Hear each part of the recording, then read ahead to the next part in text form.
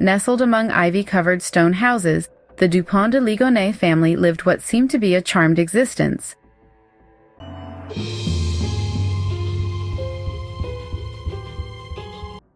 Xavier, the aristocratic father, bore the weight of a noble lineage, striving to preserve a family name that traced its roots to the old French nobility.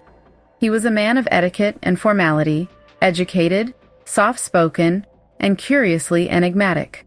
His wife, Agnes, was devoutly Catholic and devoted to her family. Their 4 children, Arthur, Thomas, Anne, and Benoit, were well-liked and well-mannered. To outsiders, they were the picture of bourgeois French stability. But beneath that facade, something was unraveling, quietly, methodically. On April 1st, 2011, the first whisper of trouble appeared. Arthur, reliable and punctual, failed to collect his paycheck.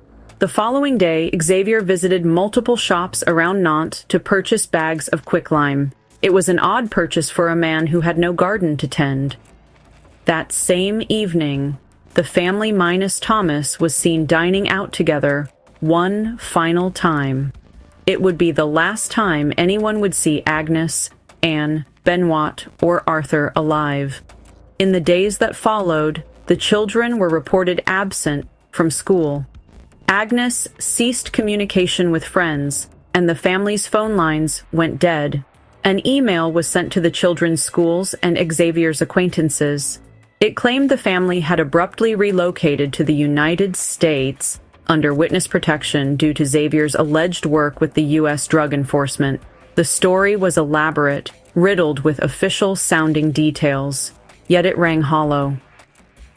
On April 4th, Xavier traveled to Angers and met Thomas for dinner at a pricey restaurant. Witnesses described an eerie encounter. There was little conversation, a heavy air, and Thomas appearing pale and unwell. It's widely believed Thomas returned home that night and was killed the same way as the others, sedated and shot at close range with a .22 rifle. But the timeline was riddled with oddities. Neighbors claimed to have seen Agnes alive after the 5th of April. A postal worker thought he saw her collecting mail. These sightings suggested the possibility that the family was held captive before their deaths. Or perhaps someone was impersonating them. On April 13th, concerned neighbors finally prompted a police visit. Officers found the house quiet, locked, oddly stripped. Beds were bare, closets open, but no signs of struggle. The family's 2 Labradors were missing. There was no blood, no bodies, at least not yet. Then, a break. On April 21st, during a press conference, authorities were interrupted by breaking news. Several decomposing bodies had been discovered, buried beneath the terrace in the garden, wrapped in blankets, alongside religious icons, crosses, and rosaries. The bodies belonged to Agnes and the 4 children. All had been drugged and shot. Thomas had been buried separately, suggesting he was murdered later than the others. The family's dogs were also buried among them. Xavier was nowhere to be found. He quickly became the prime suspect. Investigators traced his movements after the murders. CCTV captured him at budget hotels across southern France. He was calm, almost ceremonial in his travels. He paid for rooms in cash. He was last seen on April 15th, walking away from a hotel near Roquebrune-sur-Argent, his car abandoned in the lot. In his hotel room, he left behind his wedding ring, a religious book, and a letter addressed to his family. Then silence. The man had vanished. Extensive manhunts followed, sniffer dogs, thermal drones, cave searches in the Var region. Nothing. No body, no trail.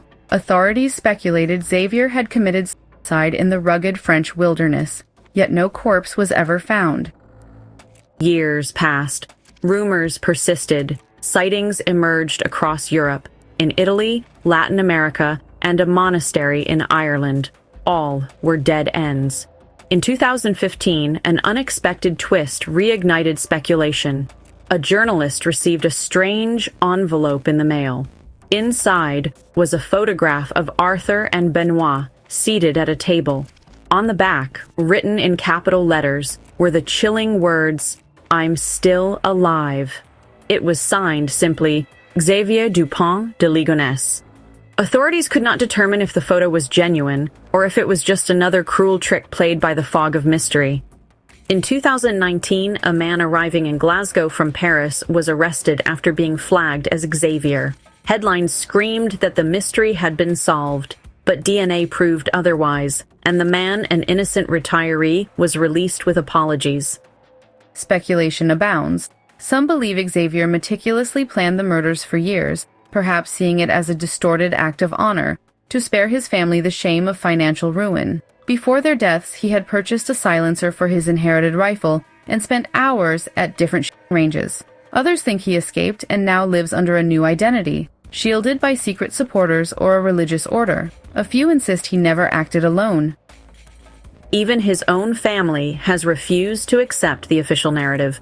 His sister Christine once claimed the family was in witness protection.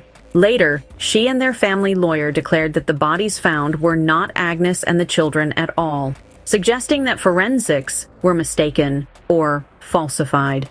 They pointed to inconsistencies in autopsy reports, questioned how Xavier could bury 5 bodies alone, and hinted at conspiracies stretching beyond public view. And then there are the symbols, the crucifixes laid carefully with each corpse, the children tucked under blankets like sleeping angels. Some believe Xavier saw the murders as a spiritual mercy or even a twisted sacrificial act. The family home on 55 Boulevard Robert Schumann became known across France as La Maison de l'Horreur, the House of Terror. Its windows shuttered, its garden quiet, it stood as a mausoleum of unanswered questions. To this day, the fate of Xavier Dupont de Ligonnès remains unknown. Did he die in the woods, as many suspect, or is he watching, alive and hidden, as the world continues to search for him? Some mysteries grow colder with time. This one only deepens.